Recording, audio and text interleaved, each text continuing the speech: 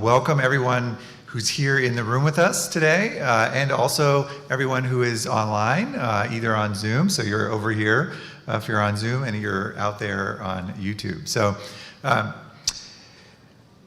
So my students today asked me when I came into class wearing this blazer and a nice white shirt, like, why are you so dressed up, Dr. Bullock? Because I'm usually not, so dressed up. And I says, because I've got this amazing speaker coming to Davidson today, and I'm just so excited, and this is how I express my excitement, to get dressed up a little bit, and to, in particular, wear this new blazer. So it's a brand new blazer, and it's a little kind of showing some vulnerability. It was replacing a blue blazer that I had had actually since high school. And it was frayed, and Melissa probably noticed at some point at a meeting or something, but this is a new blazer. And it's exciting to wear, but it's also, it's getting used to it. I'm kind of feel a little uncomfortable. And I think it's a useful metaphor for some of the stuff that we do with the Deliberative Citizenship Initiative and some of the things that our guest today, Christy Vines, is going to talk about. Showing empathic intelligence, practicing empathy is hard. It's uncomfortable. It's, for some of us, made it be a new skill, a new practice. But it's also really exciting and really promising and can be even fun. So in a moment, I'm going to turn it over to one of our DCI fellows to introduce our guest. But I first want to thank all of the amazing co-hosts of Christy Vines' visit. We have support from our Office of our Interim Chief Equity and Inclusion Officer, Professor Melissa Gonzalez, the Chaplain's Office, and the Dean Rusk International Studies Program, and the Public Lectures Committee. It shows, I think, the range of issues and experiences and insights that Christy brings to us from her work, that she can kind of speak to so many different perspectives. And also want to introduce our introducer, Charlotte. So Charlotte is one of our DCI fellows, and our fellows are kind of the core of the Deliberative Citizenship Initiative. So they are trained in how to facilitate the kind of difficult conversations on both issues facing both our broader society as well as our local communities that we host throughout the year, both in our deliberative forums and our small group discussions called D-Teams. And I see some of our other fellows in the room, so thanks for being here. And I think a lot of the work and a lot of the ideas that Christy brings are particularly useful to our fellows, but also to everyone who engages in these kind of conversations, in these difficult discussions. Whether it's in the classroom, we also have, I think, some of our faculty members who are part of our Deliberative Pedagogy Collaborative here in the room and online, and I think it's relevant to all of you, but also community members and students and alumni who are often, hesitant, but want to lean into these kind of hard conversations. So Christy's here to help us think about how to do that better. But first I want to bring up and welcome Charlotte to introduce Christy. So.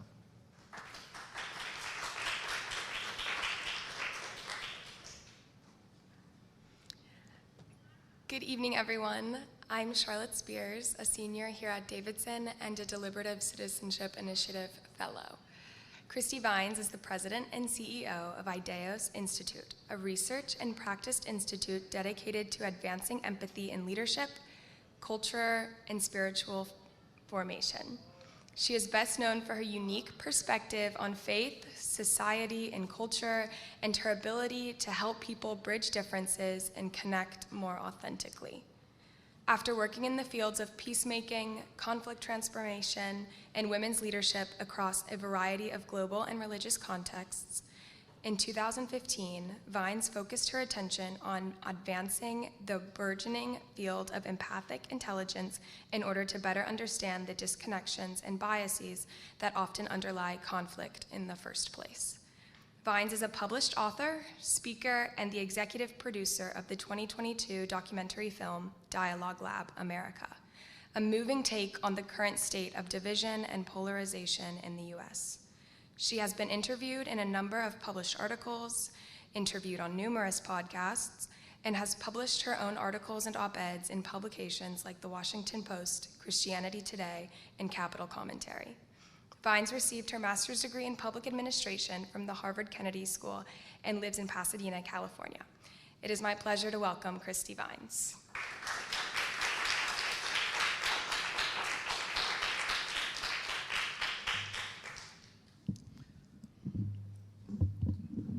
Perfect.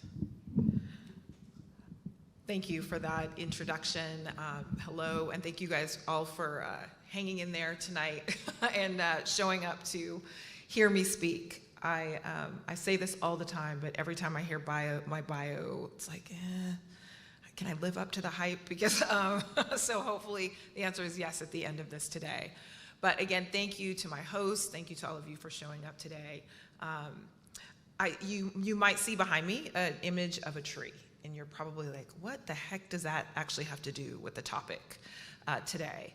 We're talking about faith, race, politics, and this idea of empathy.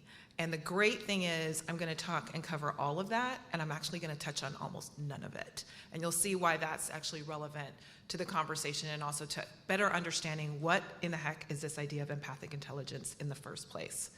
And so just as a little bit of an icebreaker and to kind of get us all warmed up, I'm going to probably do something you've never actually done in a lecture, which is I'm going to ask you to close your eyes. So if you're online or you're on YouTube or you're here in the room, I'm just going to ask you to close your eyes in this moment, and I'm going to lead you through an exercise where I want you to really use your mind's eye. So I want you to imagine that you are a famous journalist. In fact, you're a photojournalist. And so you've been given this new task of going and taking an image of one of the last remaining trees that is known to this indigenous population on an island far, far away. And because of the location of this tree, most people in the world have never seen it. But yet it and many of the other trees that once were around it, it has been the lifeblood of this indigenous population for the last many centuries. And yet, because of lots of climate, environmental, and other issues, it is the last remaining tree of its species.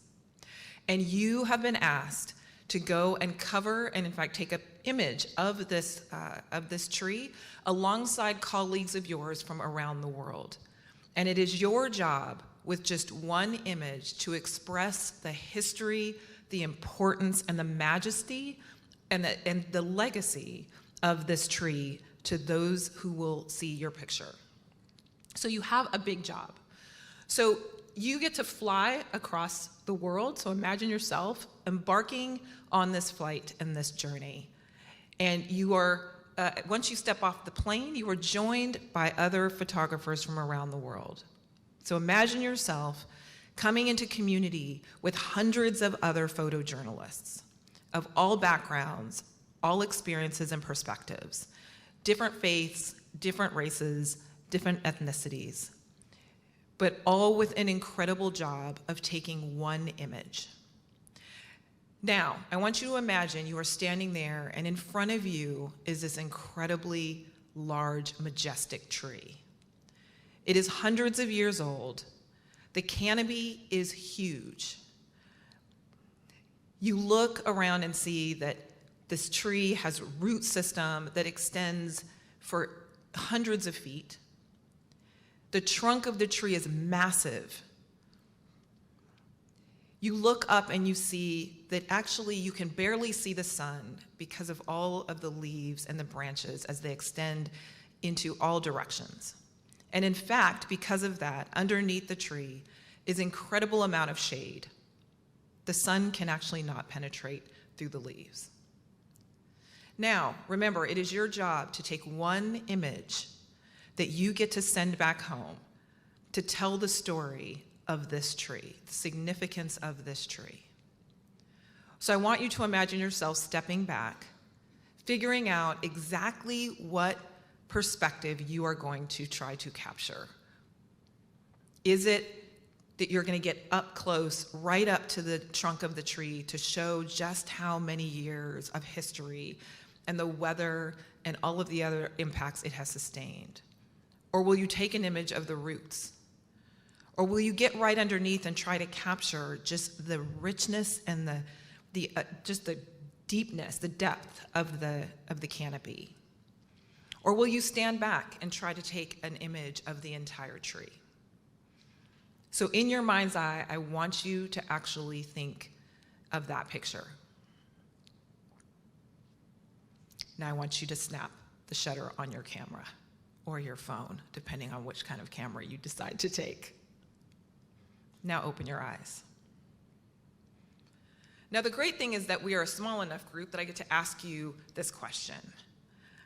How many of you would like to share what the image looked like? Don't be shy. Yes. Hold on, Anthony. Hold on. Okay.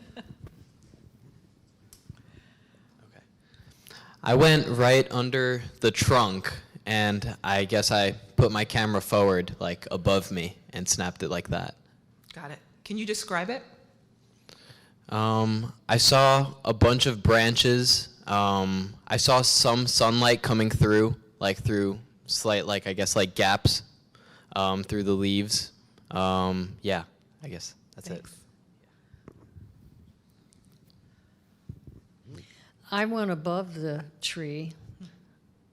I'm not sure how I got there, one of those drone things, and took it coming down mainly to show how widespread everything was and how that encompassed so much, whether it be human life, animal life, vegetation, whatever.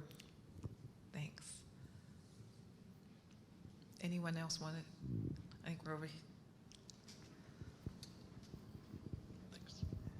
Yeah, I went as far away as possible and then just tried to take a picture of the tree where it wasn't like the focus of it was the focus of the image, but it wasn't centered, just to highlight the loneliness of it. Right here. Oh, I think we're going to try to get you for the people at home. I took an indigenous little girl and put her in the trunk of the tree and stood back, so I captured her in the center of the tree and stood back just to show that she was part of the tree. Anyone else have a different image that they captured?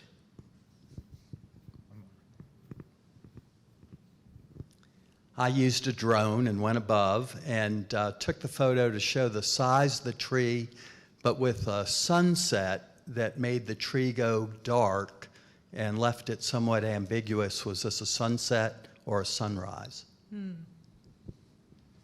That's great. Well, I think you guys can kind of get the point. How many of you guys took the exact same picture as somebody else who shared already? How many of you had a completely different image? Now imagine you surrounded by hundreds of other photojournalists sharing each other's perspective and the image that you took. And in fact, you had a Polaroid, and you all have a physical representation of your image.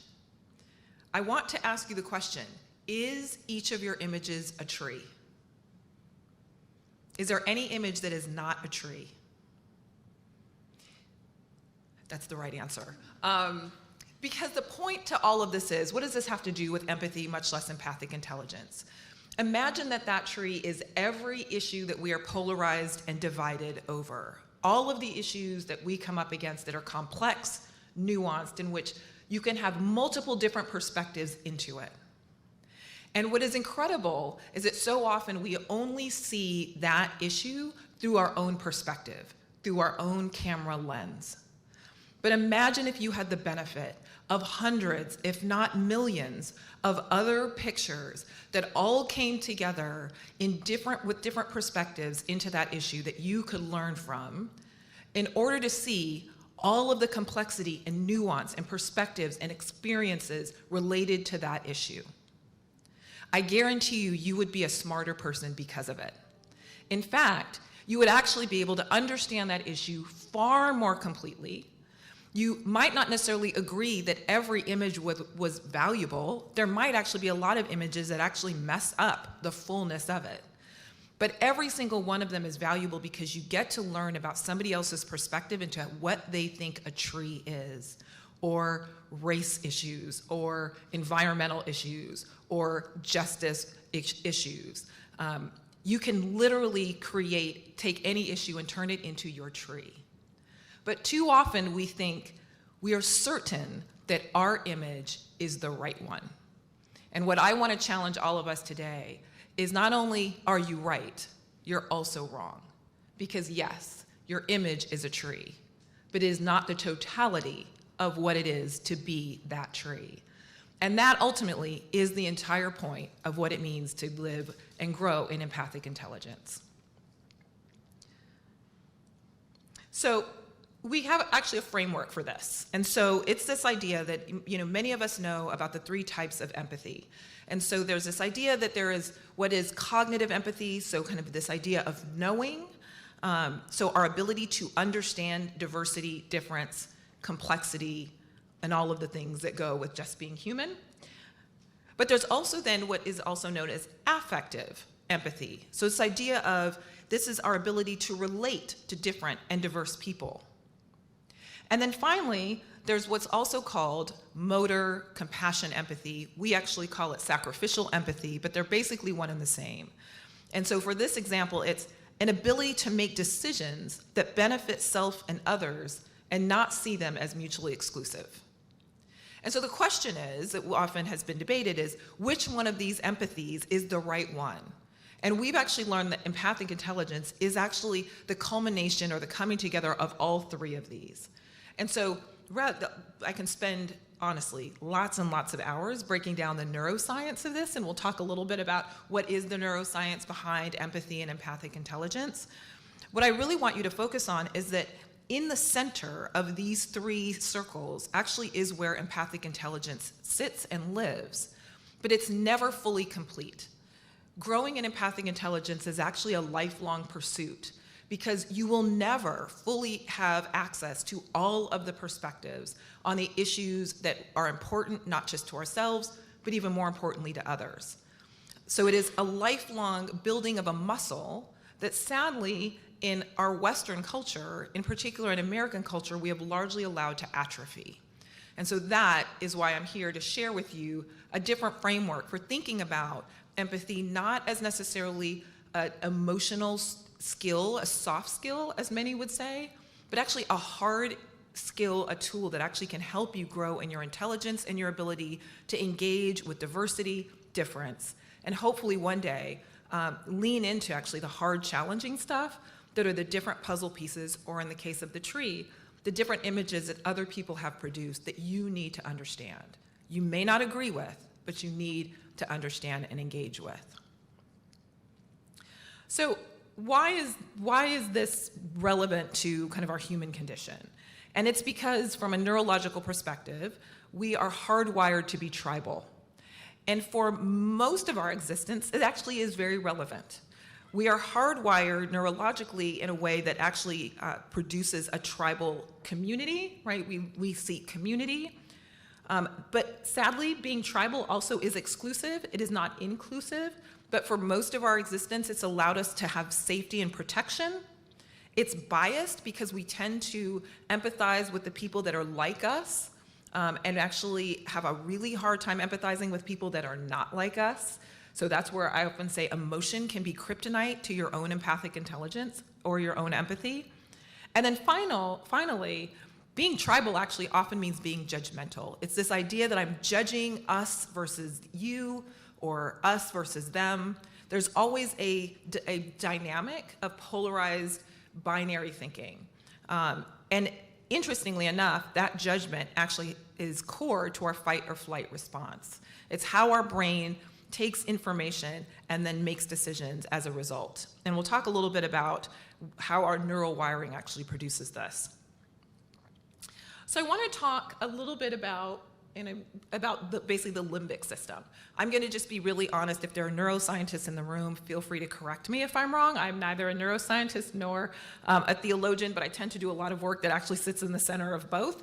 But for these purposes, for you to understand the limbic system or the emotional brain, it is responsible for learning, for long-term memory, for connections between pleasure and pain, so what we think is good, bad, righteous, evil.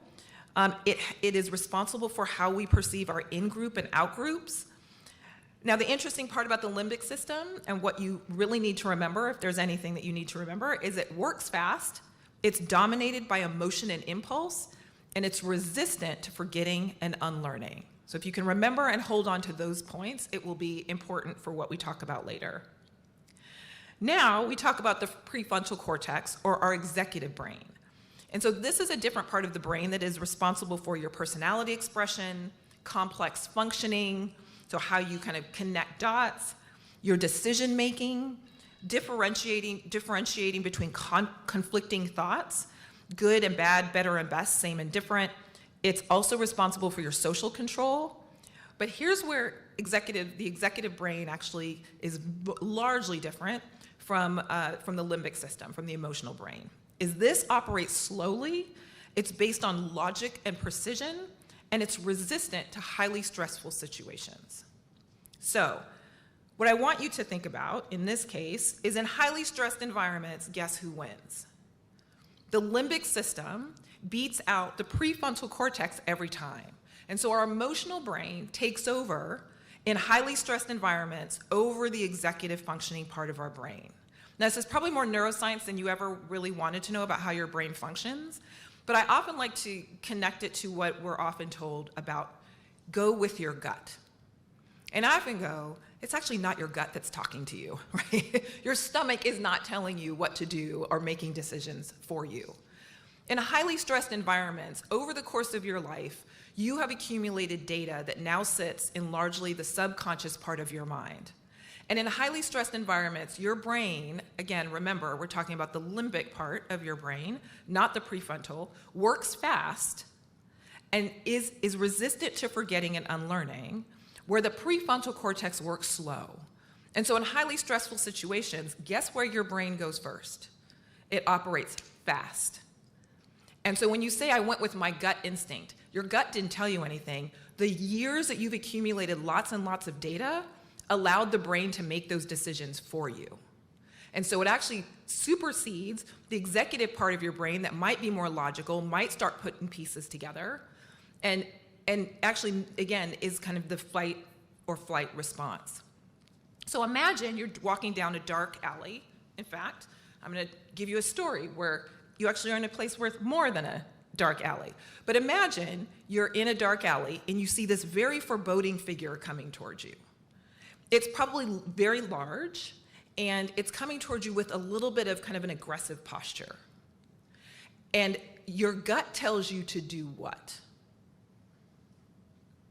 Run, get to the other side of the street, turn around, right? Grab your purse, you take a posture of safety.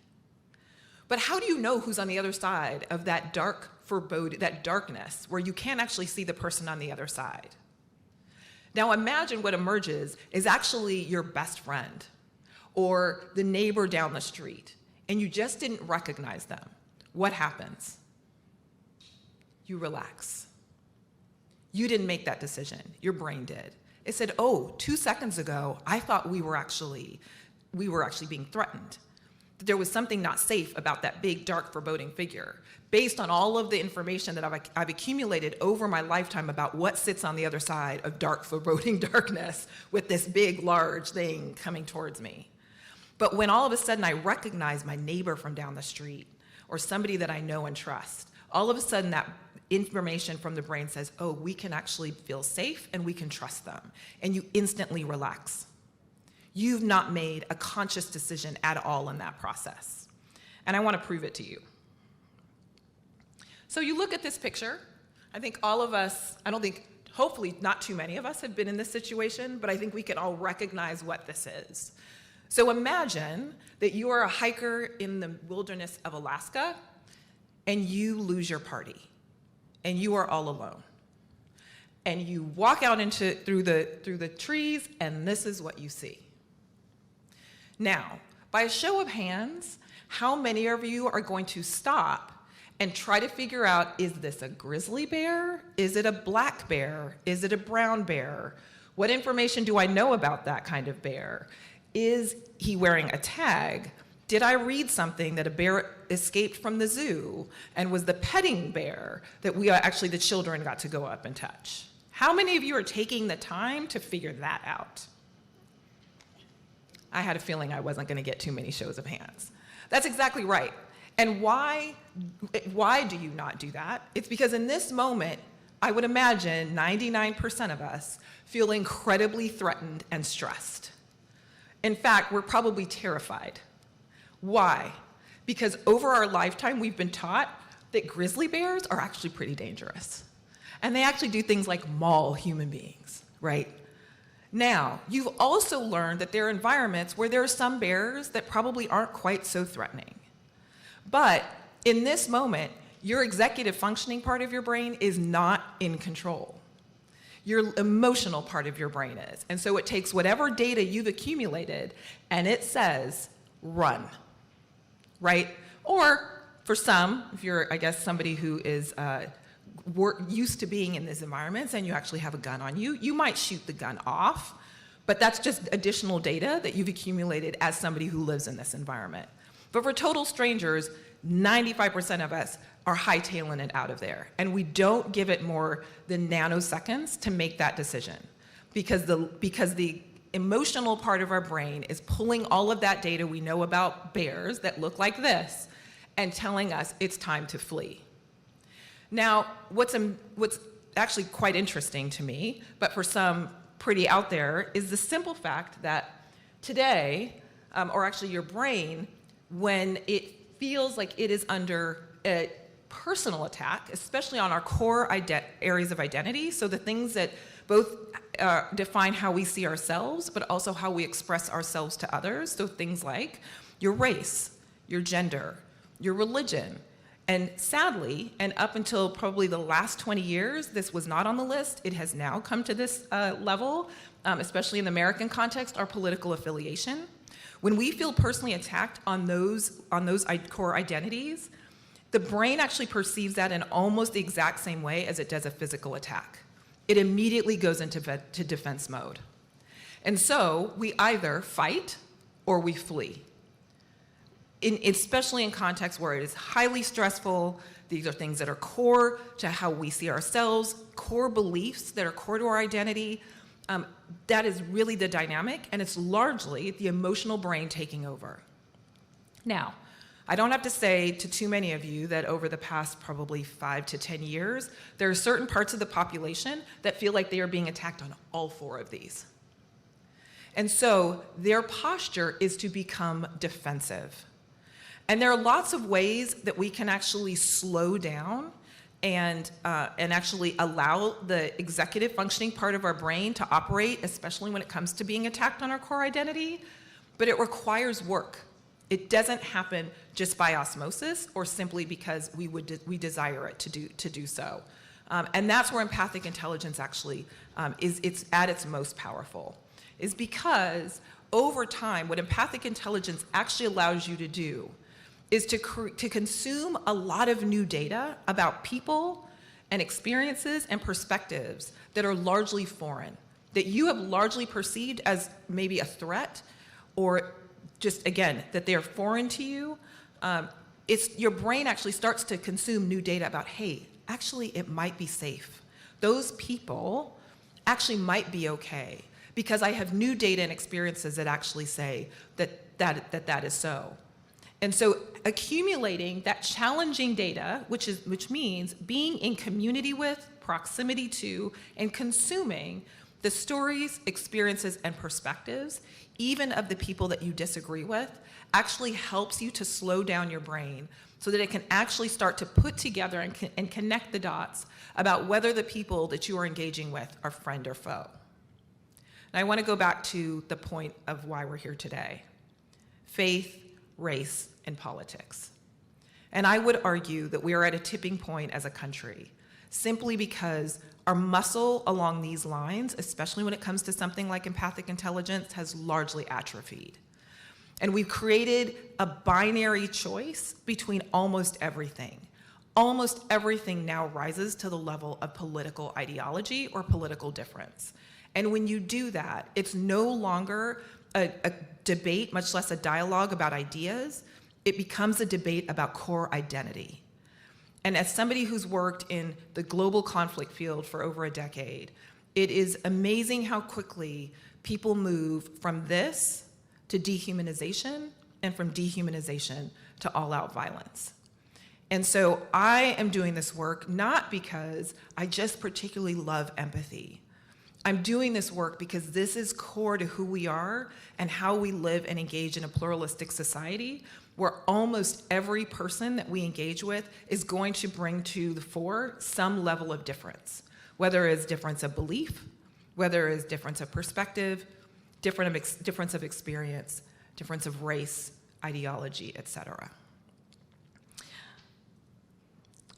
In fact, research recently came out that 74% of Americans say that they feel fully or somewhat threatened when others disagree with them on topics that are close to their heart.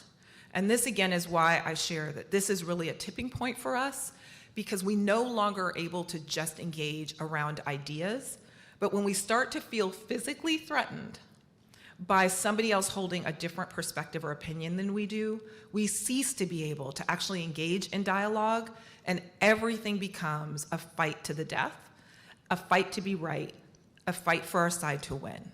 And I would imagine that most of us that are watching the news or experience what community looks like, looking around at just the state of our country, are seeing that that is exactly where we are at, that everything is worthy of being fought over, and everything has now descended into binary choices of win, lose, right, left, right, wrong. And that is actually when society begins to break down. And so I hate to end it on this very heavy note, but part of my job is to go around the country not to just sing the praises of empathy and our work in empathic intelligence, but rather to say that this is a crucial tool. It is a skill that, again, we have allowed to atrophy, but is so easy to re-engage if we would only lean into the diversity, the difference that exists all around us, and be willing to be challenged so that we can actually grow in our empathic intelligence, live amongst diversity and difference, and actually allow for human flourishing to exist within a pluralistic society. And so I'm gonna end there and hopefully allow you guys to ask questions.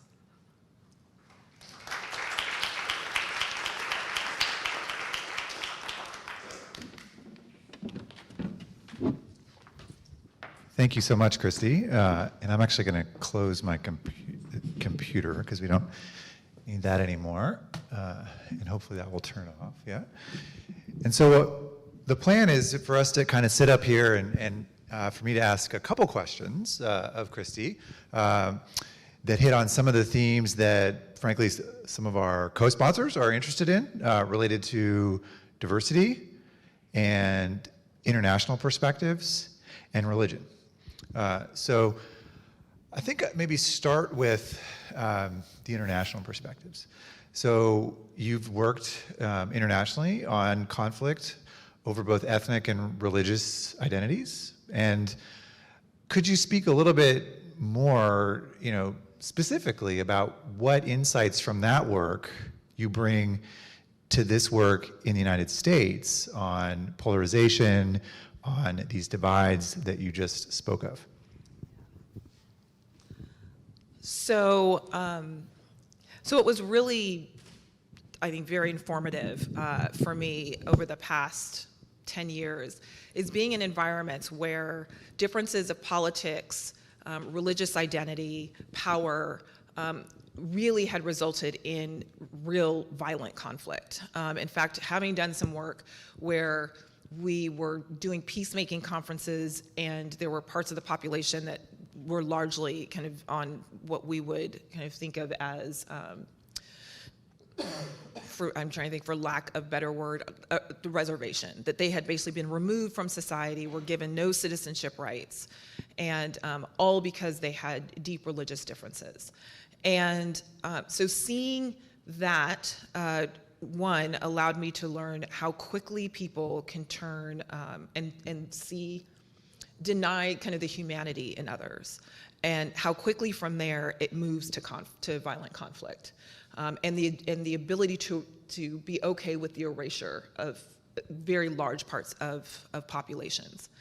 And but what it also allowed me to see was these really kind of small moments where you'd see two leaders or two individuals who had deep differences, but somehow landed upon something that they had in common. So I often use that in an Israeli-Palestinian context, having two leaders, two religious leaders, and largely two national leaders, sitting at a table and both finding out that they had sons about the same age, and then starting to talk about the fact that both of their sons would have to actually go be a part of the conflict and potentially could die as a result, and that fundamentally they felt like their greatest fear was that the conflict would continue and their sons might actually not survive engagement in the conflict.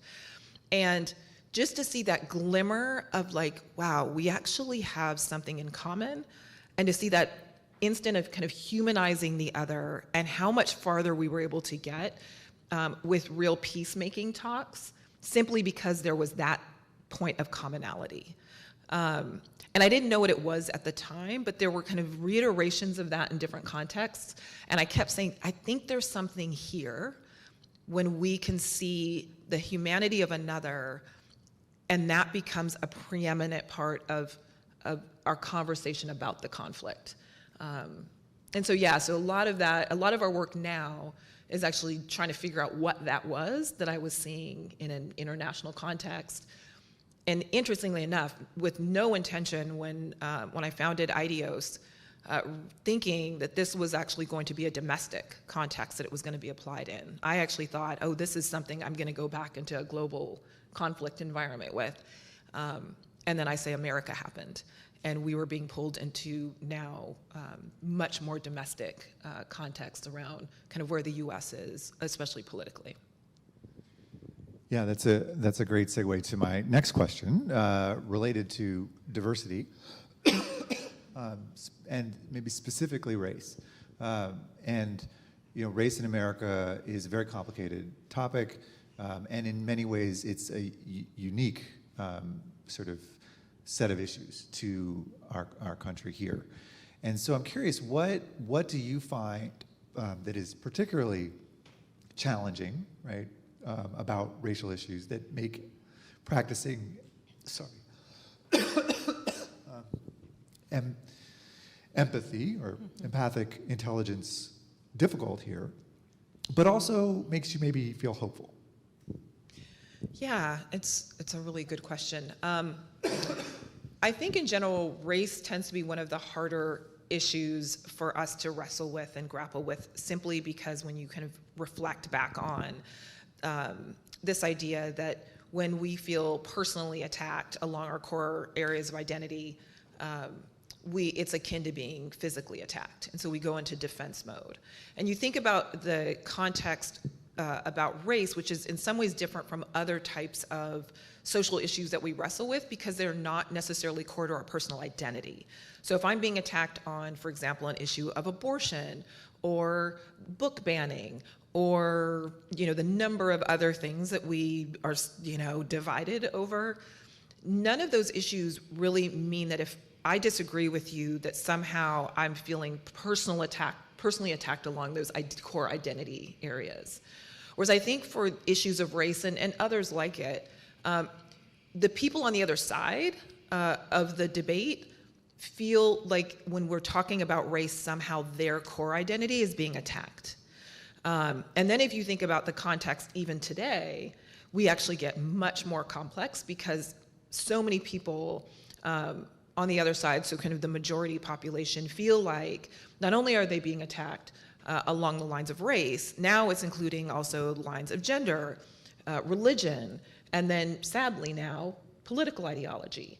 And so they actually are feeling like there's this for, X impact in the conversation. And so most folks then go into defense mode, right? How do I protect myself? Also, I think there is this really fascinating part of the human condition that is, that largely needs to see ourselves as good. It's a rare person that can say, well, I can kind of be evil. Like I'm actually, I've done all this harm simply by being me. We tend to revert back, and actually our brains revert back to this idea that I have to situate myself in stories as the hero, not the villain. And so I often reflect back on doing some work back in the 80s and 90s. Back then it was called cultural competency, if any of you remember that work. So very much kind of similar to the DEI work today. And coming out of that work and seeing research 5 and 10 years later that actually found that people who went through those interventions either were right back where they were before the intervention or actually more dug in to the identity kind of that they held and the perspective they held before the intervention. And a lot of research has tried to answer the question, why is that? And there's just kind of this core neural wiring piece that says that the more prolonged I feel like I am being attacked on a core identity, along one of my core identities, without anything that I can do to change that, I actually have to either revert back to kind of the I'm good with my identity, I'm good with kind of who I was. But we also find, especially when you think about kind of the issue of allies and how we end up losing allies in that kind of 5 to 10 year period, it's because if I'm not part of this group, right, so in the case of race, I'll just use today's language, I'm not part of the woke community, right, I don't identify along those lines, I have to find my community and identity somewhere. And so I will often find it back with the people that are like me. And as we talked about earlier today, there's this fascinating thing where like the collective, the group has no conscience. And so we will actually change morals and beliefs and values to actually align ourselves with, again, our tribe, our community. And so the work of kind of racial healing, racial reconciliation is incredibly hard because we're dealing both with the neuroscience of defensiveness, the neuroscience of identity, the fact that so often we prolong the initial kind of sustained, like waking up the sleeping giant part, the advocacy part, and then it gives those who actually have seen themselves more as allies of the change, we don't often give them anywhere to go. And so they revert back to back to their kind of safe space, the community that they're comfortable with. And so there's just so many different dynamics, and that's why the work of kind of empathy and kind of centering empathy in the center of this is actually more of a neural cognitive exercise than it is a social emotional one. Great, thank you. So last question, and then I want to open it up to all of you and to our friends online, both on Zoom and YouTube. And if you're on YouTube, you might, if you want to ask a question, jump over to Zoom and you can type in a comment or in the chat, a question, and Dr. Kopik will select a couple for us to explore.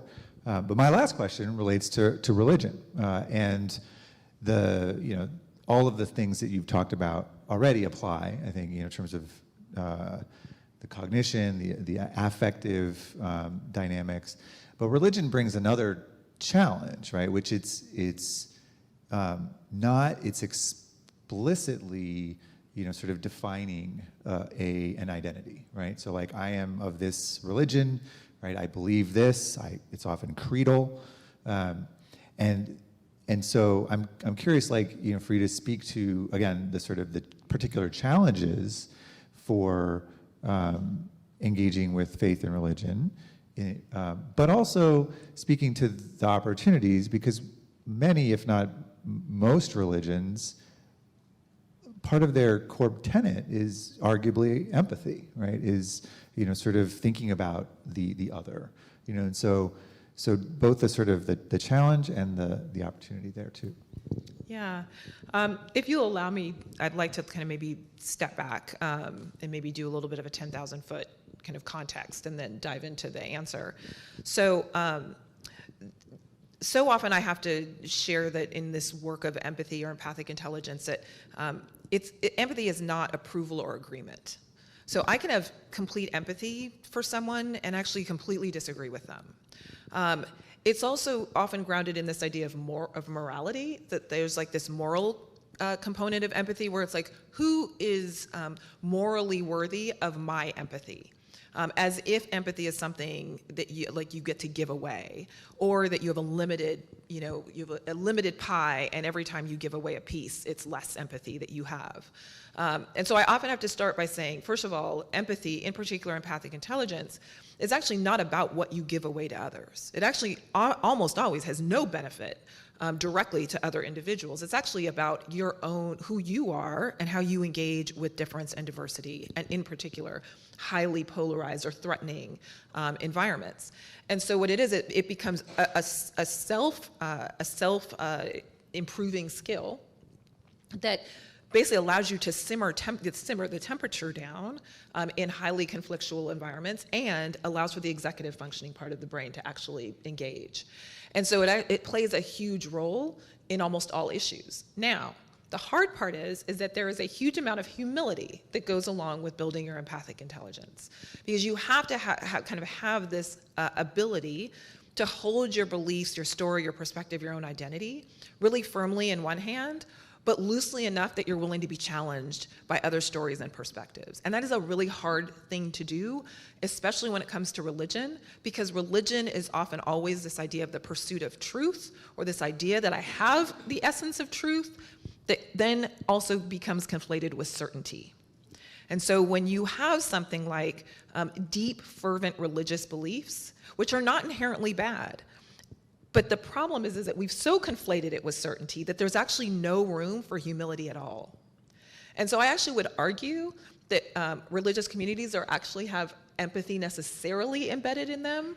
It's the practice and expression of those beliefs that actually then produce or see the benefit of empathy.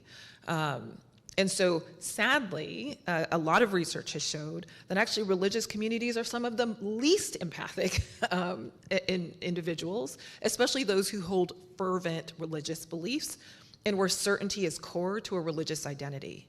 Now, that does not mean that they're not kind, they're not generous, they're not loving. They just tend not to be that empathic. And it's because the tension of religion being so core to your identity in those environments, and there is no room for questioning or the idea of being challenged on them, really does put you in a very defensive posture. And I think we can see communities, and even throughout history, where the religious actually become part of some of those who have done the greatest atrocities. And I would argue that it's not always intentional, that it is actually an outcome of a religious fervor that desires better for someone, but never actually thought about, could I be wrong in how I'm actually trying to realize that future. Great, thank you. So I'd like to open it up for questions. So I'm going to jump on down and bring the microphone to you. Thank you. You started out talking about international, and you told a story, I think, a little bit of a story about, it sounded like Israel and Palestine. I wondered if you had some insight into Rwanda, because that was a major tragedy, which apparently is somewhat of a success story today. Yeah, I will not pretend to have all of the information about both the genocide and then kind of what has happened as a result. But I think I have enough information and some kind of key data points that I think are especially helpful in this context. So if you think about how a country like Rwanda ended up literally having kind of two factions of the country that were kind of just pit against each other.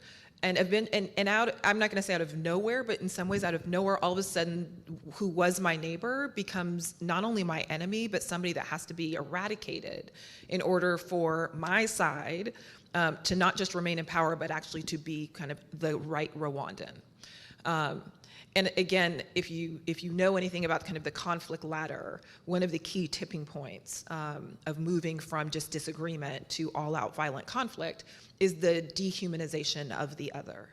And that was one aspect of the Rwandan genocide that became very much a pivotal part of kind of the levers of power, pitting the other side as being very much a threat to when you have the Hutus and Tutsis, one certainly was positioned against the other as the enemy. And so when you can move a group to not just to the point of like, I disagree with them, even I don't like them, but all of a sudden, I actually don't even see their humanity anymore. It was very quick from going from that point to all out then genocide. And so I think that is it's a lesson not that just is applicable in a global context.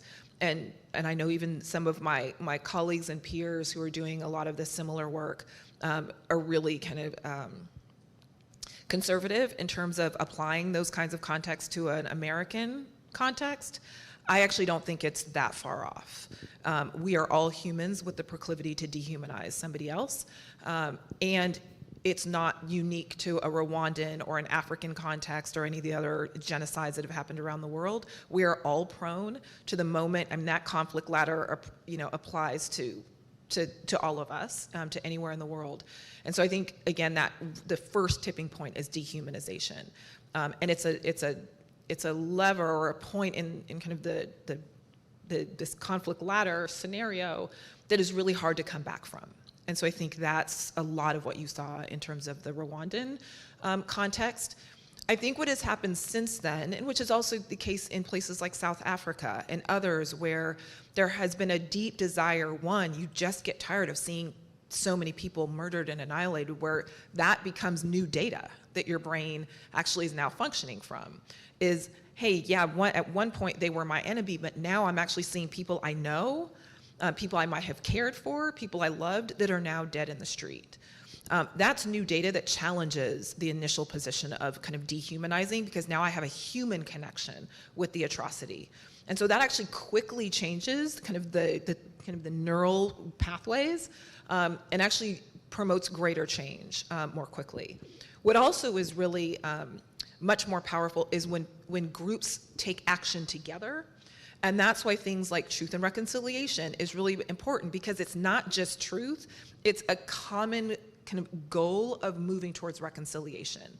And that has to be done together, and it has to be done in a way where we actually see the humanity of each other, not just one side of the equation.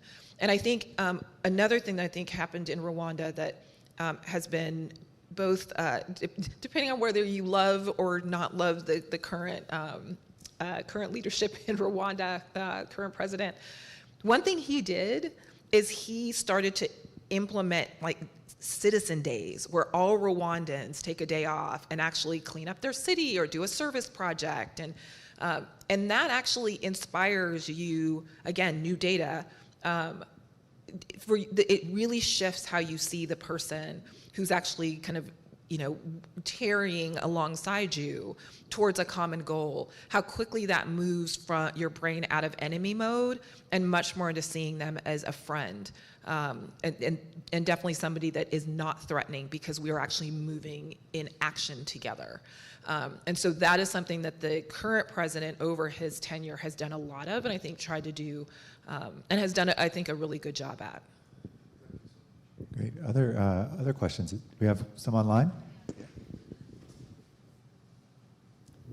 Okay, so this question says, MRTSN recommends focusing on our identities that are less likely to be conflict generating in order to build empathy.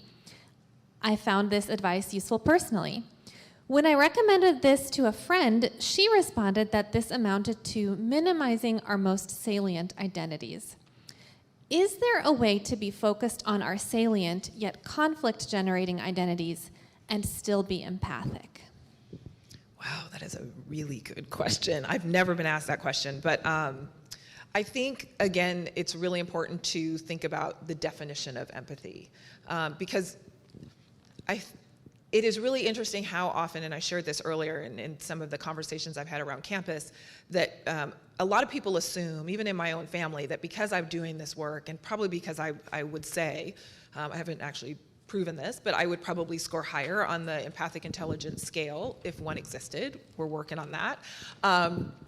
that somehow I don't have strong beliefs, or that I don't really, value my own identity, right? As a woman of color, as somebody who has a strong faith, as somebody who has actually really strong political ideas. I very much value all of those aspects of who I am. I think the difference is that I don't make them so preeminent as to see somebody else who holds a different perspective, or who has a different race or a different ideology or a different faith, as a threat to my own.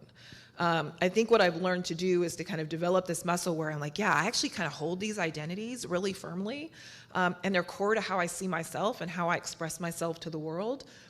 But I don't see any of them under threat when somebody else holds something very different. And so when I'm engaging with difference and diversity, I just tend to lean in, because I guess I'll be really honest. I had the benefit of this being largely my kind of formational life. My family is probably one of the most diverse probably in America. On my mother's side, my grandmother was a first-generation immigrant from Ireland. She married a West African, first-generation immigrant from West Africa. They met in New York City. Didn't know that they couldn't move to Rhode Island and Massachusetts and live, right? Because both of them had zero context for what racial relations look like, because both of them came from very homogenous countries where there wasn't this idea of you cannot marry the other, because there largely wasn't an other. And so they come over, they get married, and then I have my father, who is from the Deep South, from Sylacauga, Alabama. He identifies African American, and but has a blonde afro and hazel green eyes, and because there was a rape the rape of a slave by a slave master in his own personal history, and so I grew up where diversity of race experience, even the understanding of race as a concept between the two kind of sides of my family, different religious beliefs. I had Protestantism, kind of a Southern Baptist kind of, background from from my father's side. My grandmother is just the desire to see other people actually be able to lean in and feel really comfortable with diversity and difference, while still holding on to very strong beliefs themselves. Thank you. So we're about at time, and I know we can't stay forever, but is there any other kind of pressing? I have one final question to end on, but is there any kind of pressing questions out there? Okay, let's share it, and then maybe we can combine. Okay, this question says, my question is about distinguishing between when empathy is an appropriate response to feeling threatened by different viewpoints versus when empathy may not at all be a justified response when the other party is genuinely threatening. We are seeing more and more instances of actual threats of physical violence against people who have different viewpoints. Seems to me that clear, firm condemnation of behaviors that involve physical threats is very much needed. Yeah, so I think that's great, and I think it does sort of combine with the question I had. But I first wanted to say something related to the last question, if that's okay. Like, I think there's this concept in rhetoric of kairos, or timing, and I think this might be helpful to the last question, that yes, we should be willing to lean in on all of our identities to be fully ourselves, right, in these conversations, but maybe not in the first conversation, right? Maybe take those sort of those kind of parts of our identity that it's easier to connect on. And that's generally, I think we view as true in kind of romantic contexts. I think there's a Seinfeld episode on it in friendship contexts. Not jumping to, like asking a friend to, move your apartment for you, when you met them the day before. And so, so that might be helpful as a way to sort of square those Amartya Sen's idea, as well as the sort of instinct to want to lean into all of our identities. So the thing I wanted to add to that is returning to your tree metaphor.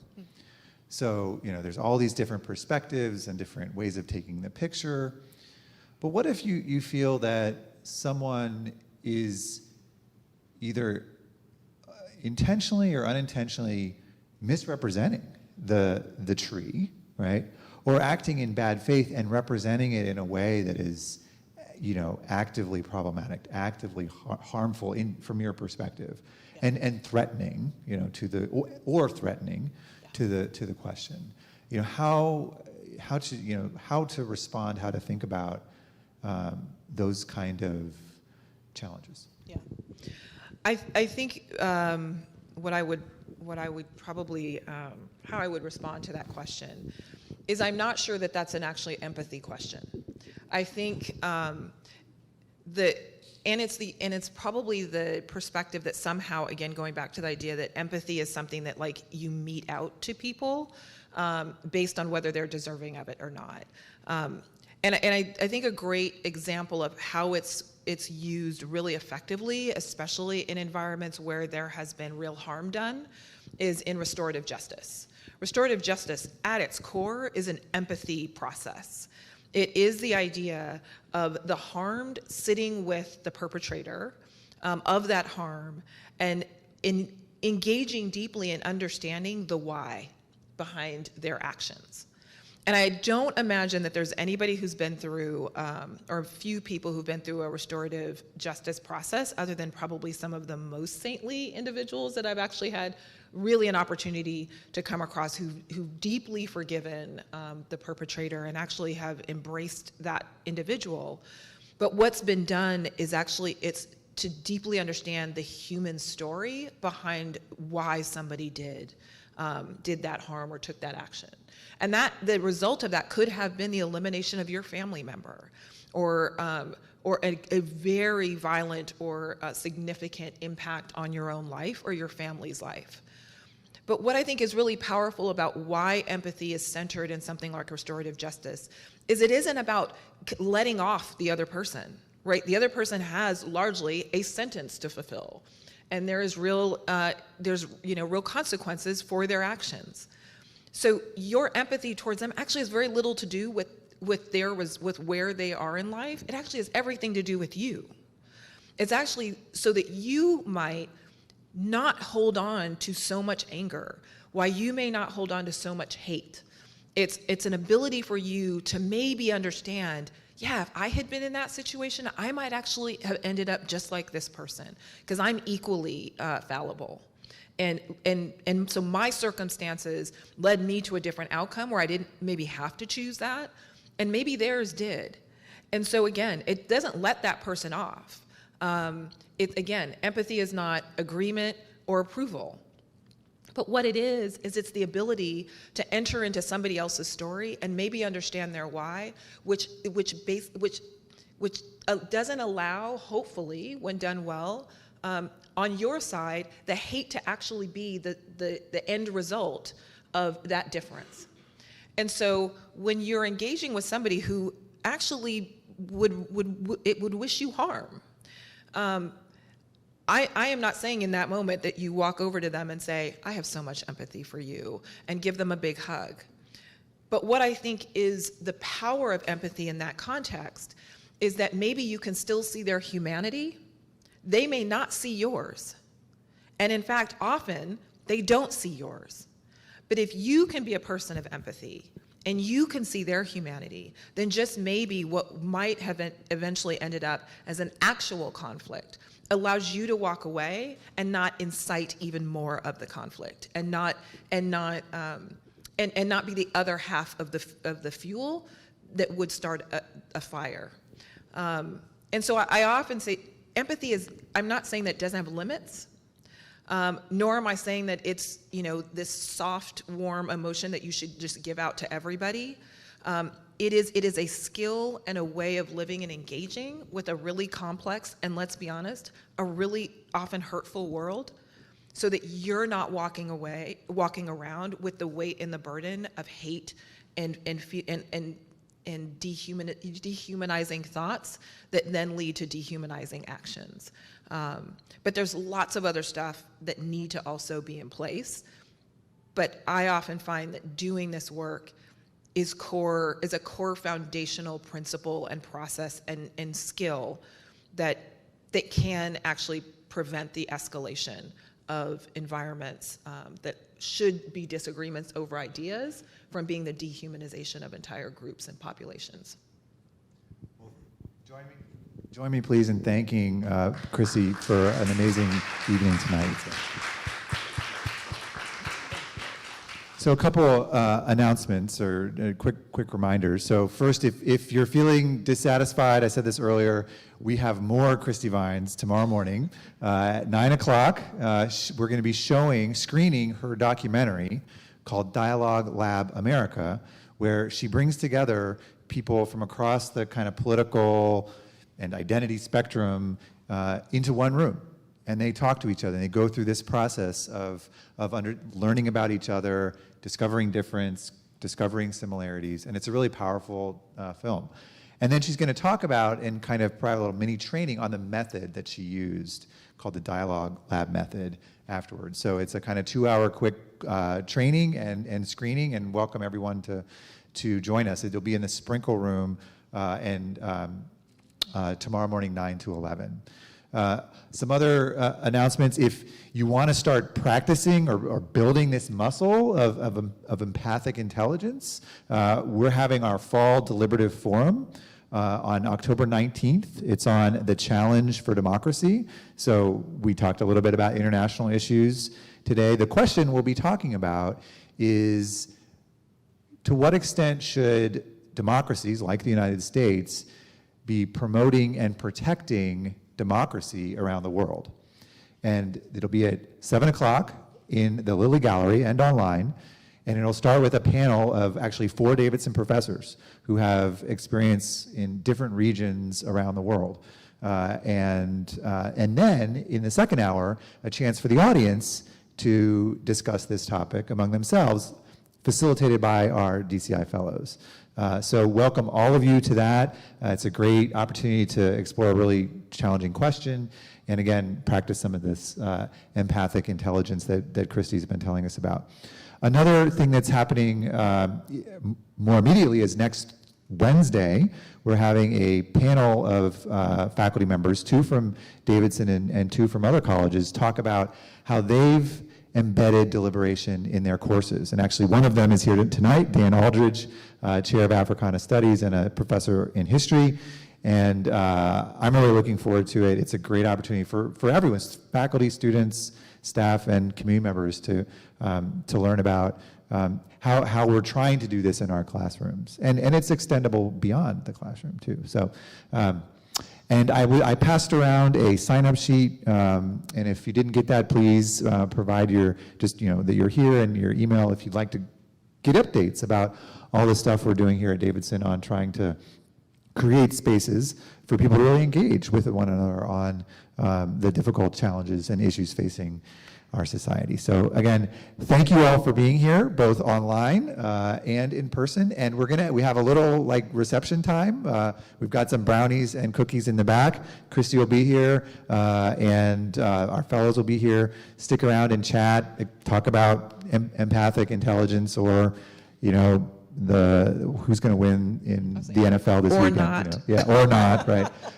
But I don't want to take home all those brownies, and I kind of do, but my wife will be upset if I do. So let's give a round of applause again to Christy. So.